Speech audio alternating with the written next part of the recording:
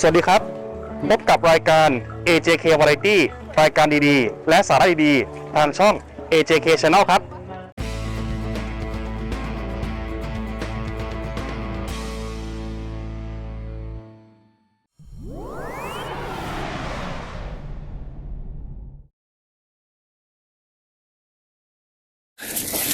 ตอนนี้ก็เวลาตี5:20นะครับก็เมื่อกี้ทางบริษัทเขาก็มารับเราที่โรงแรมตอนนี้เราจะไปถึงจุดแรกของการเทรควันนี้นะครับซึ่งชื่อมอนเยพาต้าไปนัดแนะกินข้าวเช้ากันก่อนแล้วก็ไปเจอกับคนเลี้ยงม้าแล้วก็ครอบครัวของเราตลอดทั้งทริปนี้นะครับก่อนที่เราจะไปนั้นเราต้องไปรับผู้ร่วมทางของเราอีก5 คนในวันนี้นะครับที่โรงแรมก่อนเดี๋ยวเราเจอกันอีกทีที่มอนเยพาต้าแล้วกันในที่สุดก็มาถึงไฮไลท์ของเราแล้วนะครับกับการเดิน South Kante Trek สู่มาชูพิกชูระยะทางของการเดินนี้นะครับเราก็จะใช้เวลาเดินกันทั้งสิ้น5 วัน 4 คืนระยะทางรวมก็ร่วมๆ65 กิโลเมตรนะครับสำหรับในวันแรกการเดินทางของเรานั้นก็จะเริ่มต้นจากที่คุสโกโดยจะมีรถไปส่งเราที่มอเยพาต้าซะก่อนนะครับแล้วเราก็จะเดินจากมอเยพาต้าไปยังโซเรปัมป้าระยะทางประมาณ23 กิโลเมตรในวันที่ 2 เราก็จะออกเดินทางจากโซเรปัมป้าผ่านช่องเขาซาวคันเทที่ความสูง 4,600 เมตรจากน้ำทะเลนะครับซึ่งจากจุดนั้นเราก็จะเห็นยอดเขาซาวคันเทซึ่งมีความสูง 6,200 เมตรได้อย่างสวยงามก่อนที่จะเดินลงมาสู่ที่ความสูง 2,900 เมตรจากน้ำทะเลที่คอคาปัมป้านะครับแล้วก็จะเป็นจุดค้างคืนในวันที่ 2ระยะทางการเดินในวันที่ 2 นั้นก็จะรวมประมาณ19 กิโลเมตรครับก็ไม่ได้ต่างจากวันแรกมากเท่าไหร่ในวันที่ 3 นะครับเราก็จะเดินจากคอคาปัมป้านะครับผ่านบริเวณป่าดิบชื้นที่ระดับความสูงระหว่าง 2,000 ถึง 3,000 เมตรจากน้ำทะเลด้วยระยะทางประมาณ16 กิโลเมตรไปยังจุดที่ชื่อว่าลาพลายาซึ่งก็จะเป็นจุดที่ค้างคืนกันในวันที่ 3 นะครับก่อนที่จะเดินทางต่อในวันที่ 4 จากลาพลายาผ่านโบราณสถานที่มีชื่อว่าแยกตาพาต้านะครับแล้วก็ไปสิ้นสุดการเดินของเราที่สถานีรถไฟฮิโดรอิเล็กตริก้าซึ่งเป็นสถานีไฟฟ้าพลังน้ำที่อยู่ไม่ไกลจากเมืองอากวาสกาลินเตสซึ่งเป็นหน้าด่านสู่มาชูพิกชูนะครับแล้วเราก็จะไปค้างคืนที่อากวาสกาลินเตสโดยการนั่งรถไฟจากสถานีฮิโดรอิเล็กตริก้าซึ่งห่างออกไปเพียงแค่12 กิโลเมตรเท่านั้นเองนะครับก่อนที่จะขึ้นไปชมมาชูพิกชูในเช้าวันที่ 5 โดยการนั่งรถบัสจากศูนย์กลางของเมืองอากวาสกาลินเตสนั่นเองถามว่าวิธีการเดินทางแบบนี้นั้นต่างจากวิธีการที่คนทั่วไปมาชูพิกชูอย่างไรโดยปกตินะครับคนทั่วไปจะเดินทางไปยังมาชูพิกชูก็คือจะเดินทางจากคุสโกไปยังเมืองโอเยนเตตัมโบที่ผมได้เคยไปในเมื่อ 2-3 ตอนก่อนนี้เสียก่อนนะครับโดยการจะนั่งรถบัสหรืออะไรก็แล้วแต่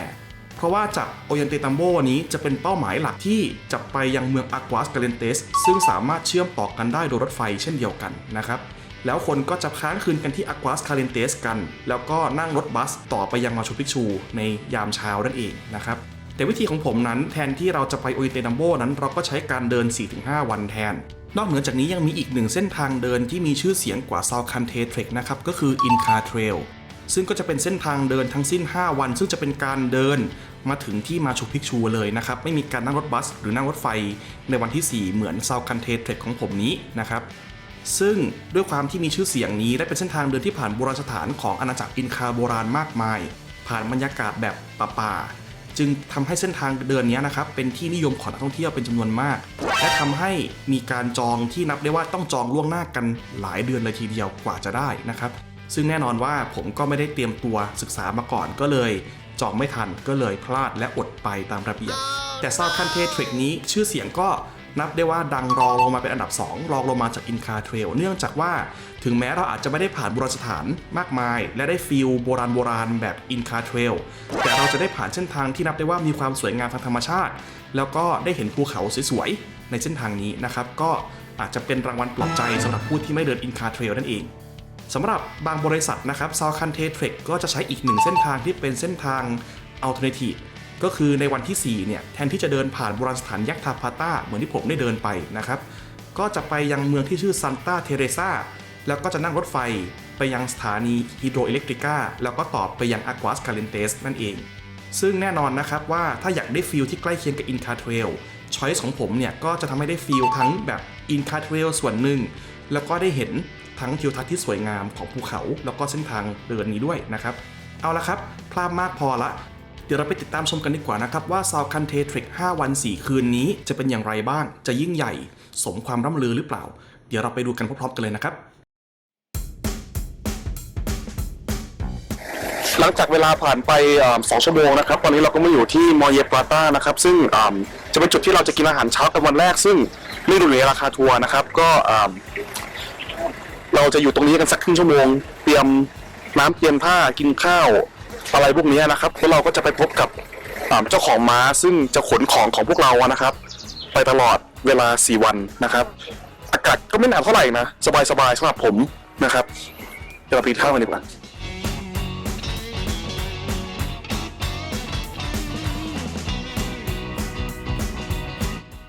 ก็ตรงนี้เรามาถึงจุดที่เราจะเริ่มเดินกันวันนี้แล้วนะครับจุดนี้เราจะมาพบกับคนเลี้ยงม้านะครับซึ่งเขาจะขนของเราไปตลอดระยะเวลา 3-4 วันเนี่ยนะครับส่วนเส้นทางที่เราเริ่มเดินก็คือตรงนี้นะครับข้างหลังเห็นภูเขาเริ่มแล้วนะครับก็เริ่มละผมไม่เคยคิดเลยว่ามันต้องมาทำอะไรอย่างเงี้ยนะครับช่างเลย เริ่มกันแล้วนะครับกับ South Country Trek 5 วัน 4 คืนเดินขึ้นลงภูเขาสูงสู่มาชูพิกชูขอเตือนทุกท่านไว้ก่อนนะครับว่าแม้ว่าเส้นทางนี้จะเป็นเส้นทางยอดนิยมสู่มาชูพิกชูเส้นทางหนึ่งแต่มีความทุรกันดารอยู่พอสมควรเลยทีเดียวหลายท่านอาจสงสัยว่าอ้าวแต่ถ้าหากว่าเราต้องการจะปลดทุกข์กลางทางล่ะจะทำอย่างไรกันผมเองก็สงสัยเหมือนกันครับก็เลยลองถามคุณไกด์ดูซึ่งแกก็บอกว่าอ้าวก็เราก็ปลดทุกข์กันกลางทางนั่นแหละซึ่งแกก็เรียกสุขากลางทางเนี้ยว่า in car toilet ดังนั้นใครจะมาเส้นทางนี้นะครับขอให้เตรียมกระดาษทิชชู่มาเสียหน่อยก็ดีผมก็เลยถามต่อด้วยความสงสัยว่าเอ๊ะแล้วคนสมัยก่อนล่ะเขาปลดทุกข์แล้วทำความสะอาดยังไงคำตอบคืออะไรทราบไหมครับก็ใช้ก้อนหินข้างทางนั่นแหละครับทำความสะอาดแค่คิดผมก็เสียวแทนแล้วครับแต่คุณไกด์เองก็ดีนะครับพาคุยอะไรตลอดทางภาษาอังกฤษก็ดีเลยทีเดียวแถมยังเก็บพืชตระกูลมิ้นท์ข้างทางมาเพื่อแจกทุกคนใช้ขยี้ใบเอามาดมและชงเป็นชาให้ดื่มอีกด้วยโอ้โหแค่ในวันแรกนี้นะครับก็ยังมีทิวทัศน์ที่น่าตื่นตาตื่นใจมาปรากฏให้ชมแล้วบอกตรงๆครับดีงามมากบอกเลยกันเหนื่อย นี่คือวันแรกเป็นอย่างนี้แล้ววันที่2ผมจะเป็นยังไงผมก็ไม่รู้โอ้ตายทำไมผมต้องเอาตัวมาลำบากขนาดนี้ด้วยแต่ก็เป็นประสบการณ์ชีวิตดีครับท่านผู้ชมถ้าได้มาผมว่าควรจะลองทำสักครั้งนะครับผมว่านั่งรถไฟไปมาชูพิชูมันธรรมดาเกินไปทำอย่างนี้เลยครับมันกว่ากันเยอะเลยครับท่านผู้ชมแต่โคตรเหนื่อยไม่ไหวอาหารเที่ยงเรามาแล้วครับท่านผู้ชมก็เป็นอะโวคาโดราดซอสอะไรก็ไม่รู้กินข้าวโพดนะครับทำเป็นนกเลยน่ากินเมนของมื้อเที่ยงเรานะครับก็มี3 อย่างมีข้าวมีผัดนี่แล้วก็มีมันฝรั่งกับไข่นี่นะครับน่ากินเหลือเกินนี่เลย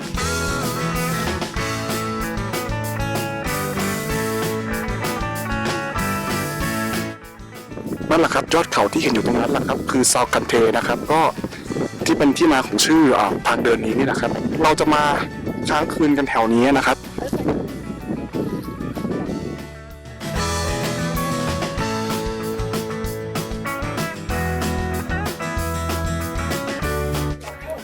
ก็อย่างที่เห็นนะครับท่านผู้ชมก็ในเต็นท์นอนได้2 คนนะครับก็มีผมกับอีกคนนึงนะครับ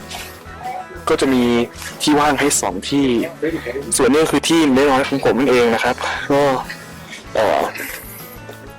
เป็นที่ที่พออยู่ได้นะท่านผู้ชมน่าจะที่อุ่นสบายเช่านอนกับฟรีสไลเดอร์มานะครับก็คิดว่าจะอุ่นสำหรับคืนที่เย็นคืนนี้นะครับ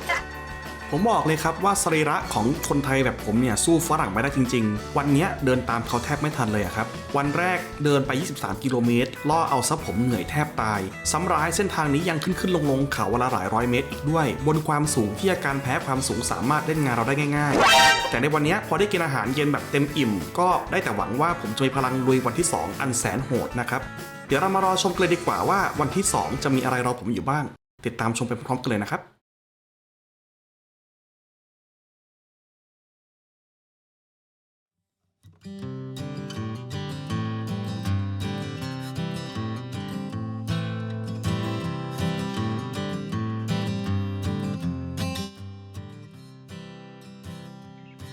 ดูทิวทัศน์วันนี้สิครับสวยงามขนาดไหนเพราะว่าเราเดินผ่านช่องเขาซาวคันเทที่ความสูง 4,600 เมตรจากน้ำทะเลนะครับซึ่งเราก็จะเห็นภูเขาซาวคันเทซึ่งมีความสูง 6,200 เมตรตั้งตระหง่านอยู่ตรงหน้าได้อย่างสวยงาม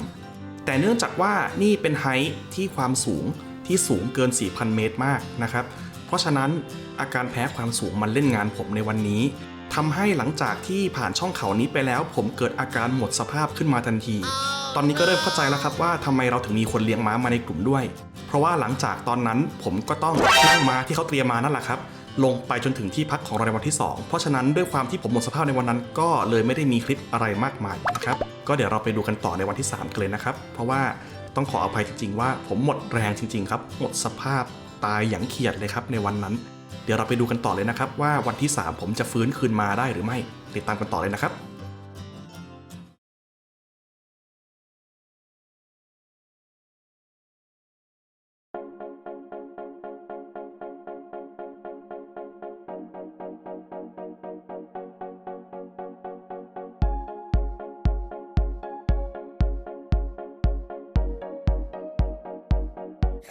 เข้าสู่วันที่ 3 ของSouth Country Trek แล้วนะครับท่านผู้ชมวันที่ 2นี้ต้องขออภัยท่านผู้ชมด้วยที่ผมไม่ได้อัดอะไรเลยเพราะว่าผมยังแทบจะตัวเองไม่รอดเลยทั้งอาการแพ้ความสูงทั้งท้องเสียทำให้ผมหมดแรงนะครับก็ไม่มีแรงที่จะทำอะไรเลยแถมต้องผ่านที่สูงมากเป็นวันที่ทรมานจริงครับผมเลยไม่มีแรงเมื่อไหร่หยิบกล้องได้ซ้ำครับท่านผู้ชมแต่วันนี้นี่โอเคครับวันนี้มีแต่ป่ามีแต่อย่างเงี้ยนะครับก็เป็นทิวทัศน์ที่ใช้ได้เลยนะครับเราจะเดินไปยังจุดที่เรียกว่าปลายย่าแล้วก็ค้างแรมกันที่นั่นนะคืนนี้ก็จากตรงนี้ได้อีกสัก2 ชั่วโมงนะครับเราเดินมาแล้ว2 ชั่วโมงคิดว่าน่าจะโอเคนะท่านผู้ชมน่าจะอยู่ไม่ไกลแล้วผมก็อยากจะพักผ่อนเหมือนกันวันนี้พลังงานของผมก็ยังไม่เต็ม 100% เท่าไหร่เพิ่งจะฟื้นจากเมื่อวานนะครับก็ทั้งอาเจียนทั้งท้องเสียโอ้ไม่ไหวเหมือนกันนะท่านผู้ชมวันนั้นแต่ตอนนี้ดีขึ้นเยอะแล้วครับหลังจากเราเดินกันมา 4-5 ชั่วโมงนะครับเราก็ตอนนี้น่าจะอีกสัก5 นาทีเดินถึงลาพลาย่าซึ่งเป็นจุดพักที่3ในวันที่ 3ของเรานะครับเราจะไม่ไปไหนอีกแล้ววันนี้แต่เราจะเดินเส้นทางวันนี้นะครับก็ เหนื่อยใช้ได้นะครับไม่ได้ง่ายอย่างที่เขาบอกกันเลยนะครับขึ้นเขาลงเขาหลายตลบหลายลูกเหนื่อยผมบอกที่นี้ก่อนแล้วกันเดี๋ยวถึงนู่นไปอัดอีกทีแล้วกันนะท่านผู้ชมผมก็ไม่ไหวขอให้ถึงก่อนแล้วกันครับโอเคครับหลังจากที่เดินกันมา5 ชั่วโมงในที่สุดเราก็มาถึงนะครับตอนนี้เราก็อยู่ตรงจุดที่เรียกว่าพลาย่านะครับเราก็กำลังนั่งกินข้าวเที่ยงกันอยู่อันนี้เป็นซุปที่มาก่อนนะครับก็บอกว่าเป็นซุปที่ค่อนข้างจะโอเคนะครับวันนี้เพื่อนชาวฝรั่งเศสผมนะครับก็เขาที่เล่นดีนะครับแค่นี้ก่อนแล้วกันอยู่แล้วขอกินเลยดีกว่านะครับ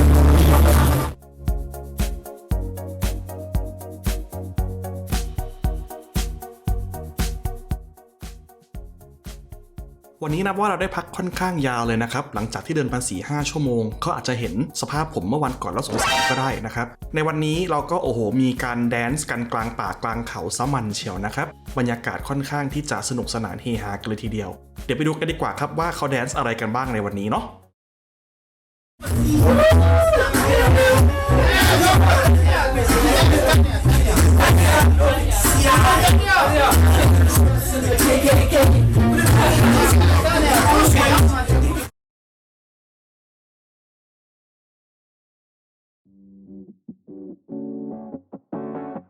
วันนี้นะครับเป็นวันที่ 4 ของการเดินทางนะครับซึ่งเราจะใช้เส้นทางในการขึ้นเขานะครับวันนี้ก็จะไปยังโบราณสถานที่มีชื่อว่ายัตตาปาต้านะครับซึ่งเป็นจุดเล็กๆบริษัททัวร์อื่นๆที่ทำSouth Country Trekมักจะไม่ค่อยมาทางนี้เพราะมันยากกว่านะครับแต่ก็เราจะไปเส้นทางนี้กันคิดว่าจะเดินกันสัก 5-6 ชั่วโมงกันนะครับแล้วก็กินข้าวเที่ยงวันนี้กันที่เขื่อนนะครับแล้วก็นั่งรถไฟไปยังเมืองชื่ออากัวสกาเลนเตสซึ่งเป็นเมืองหน้าด่านสุดท้ายที่จะไปชมมาชูพิชูนะครับเดี๋ยวเขาจะไปกันแล้วเดี๋ยวเราไปกันดีกว่านะไป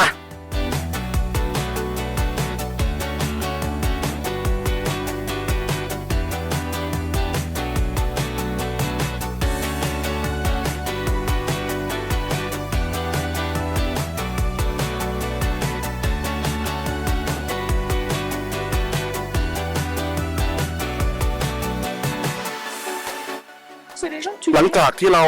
ลงมาจากยอดได้สักพักนะครับตอนนี้เราก็มาถึงซากโบราณที่ชื่อว่ายัตตาปาต้านะครับซึ่งนี่ก็เป็นจุดเด่นของเส้นทางนี้ที่มีไม่กี่บริษัททัวร์ที่พามานะครับก็ซึ่งจากตรงนี้นะฮะเราจะมองเห็นภูเขา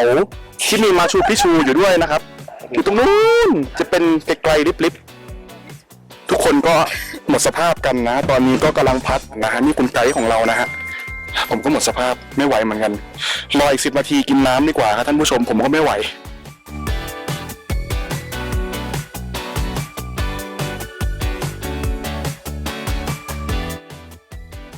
พอทานข้าวกลางวันที่สถานีไฟฟ้าพลังน้ำเรียบร้อยแล้วเราก็ได้เวลาบอกลาคนเลี้ยงม้าแล้วก็พ่อครัวที่อยู่กับเรามาตลอด4 วันนะครับก่อนที่จะนั่งรถไฟไปยังเมืองอากวาสกาเลนเทสซึ่งเราก็จะอยู่ที่นั่นในคืนนั้นเดี๋ยวไปดูกันนะครับว่ามาชูพิกชูในวันรุ่งขึ้นนั้นจะยิ่งใหญ่สมคำร่ำลือหรือไม่ไปดูกันเลยนะครับ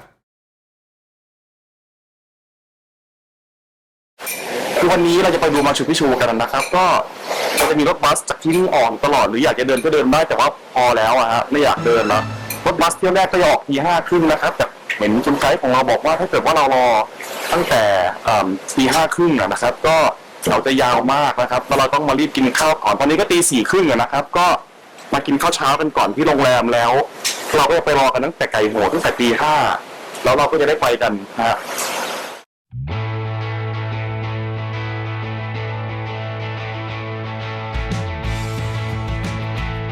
เนี่ยนะครับขนาดเราออกมาตั้งแต่เช้านะครับรถบัสเที่ยวแรกคนก็ยังหนาแน่นกันขนาดนี้นะครับ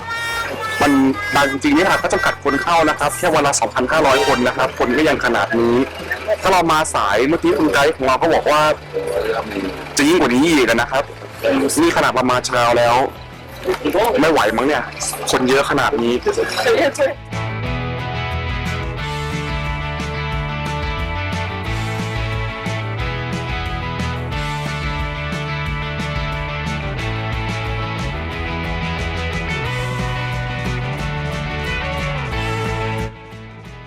ในที่สุดเราก็มาถึงจนได้ครับมาชูพิกชูหลังจากที่เราเดินป่ากันมา4 วันเกือบจะเต็มๆนะครับ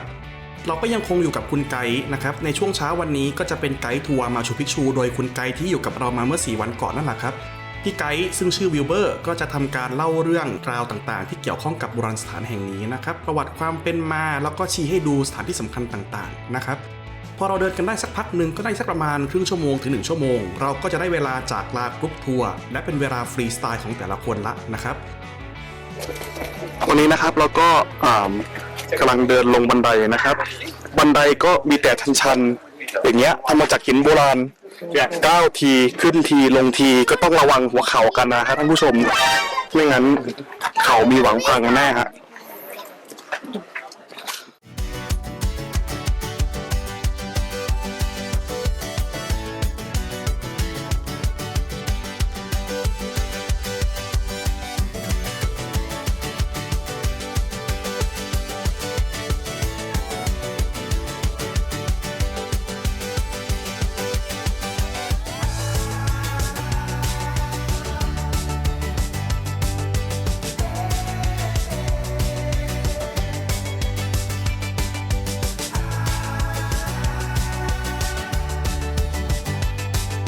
จากเสร็จสิ้นการทัวร์มาชูพิชูกันวันนี้ผมมีอีกอย่างหนึงที่ต้องทำก็คือการมาปีนภูเขาลูกนี้นะครับซึ่งชื่อว่าไวน่าพิกชูนะครับซึ่งก็เป็นภูเขาที่เราเห็นกันอยู่ในฉากหลังของมาชูพิกชูกันนั่นเองนะครับซึ่งสถานที่อย่างนี้นะครับเขาจำกัดคนให้แค่400 คนเท่านั้นแล้วก็จะแบ่งเป็น2 รอบคือรอบ 7 โมงเช้ากับรอบ 10 โมงเช้ารอบละ200 คนนะครับก็ข้างบนเนี่ยจะสูงกว่าน้ำทะเลประมาณ 2,700 เมตรคือสูงกว่าจากตรงมาชูพิชูเนี่ยประมาณ300 เมตรนะครับก็นะครับก็เราจะปีนขึ้นไปเขาบอกว่าใช้เวลา1 ชั่วโมงแต่ผมไม่รู้ว่าขาผมจะใช้เวลามากเท่าไหร่ก็ไม่รู้ต้องดูเอาแล้วกันนะชมการปีนขึ้นห้วยหน้าพิกชูเอาเข้าจริงก็ไม่ใช่เรื่องง่ายนะครับเพราะบันไดแต่ละขั้นนั้นบอกเลยนะครับว่าชันมากๆแล้วก็ด้านซ้ายมือก็คือเหวถ้าเกิดว่าพลาดทีเดียวเนี่ยตกลงไปเสียชีวิตได้นะครับเคยมีคนตกลงไปจริงๆวิวจากด้านบนเราจะเห็นตัวโบราณสถานของมาชูพิกชูเป็นรูปนกเหยี่ยวซึ่งก็นับได้ว่าโอ้โหคนเขาสร้างกันได้อย่างไรนะครับเป็นรูปร่างอย่างนั้นเป๊ะเมื่อมองจากด้านบนตามความเชื่อโบราณของชาวอินคานะครับเสร็จสิ้นตรงนี้ก็ได้เวลาที่เราจะต้องบอกลาสถานที่แห่งนี้กันแล้วนะครับผมว่าเราบายบายสถานที่อย่างนี้เลยนะบายบายมาชูพิชูหวังว่าเราคงจะได้เจอกันอีกในอนาคตถ้าเรามีเงินนะ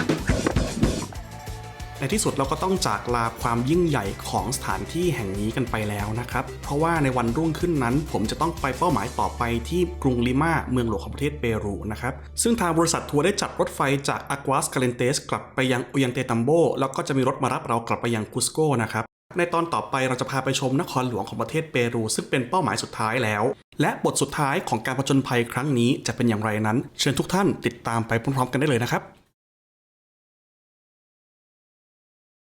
เป็นย่านที่เหมาะกับการมาเดินเล่นชิลๆนะครับโดยถ้าเกิดว่ามากับคู่รักด้วยนะครับมันจะมีจุดหนึ่งที่เรียกว่าปาร์เกเดลอัลมอร์หรือสวนสาธารณะแห่งความรักนั่นเองนะครับแหมแต่ผมยังไม่มีกับเขาสักคนหนึ่งเลยอ่ะ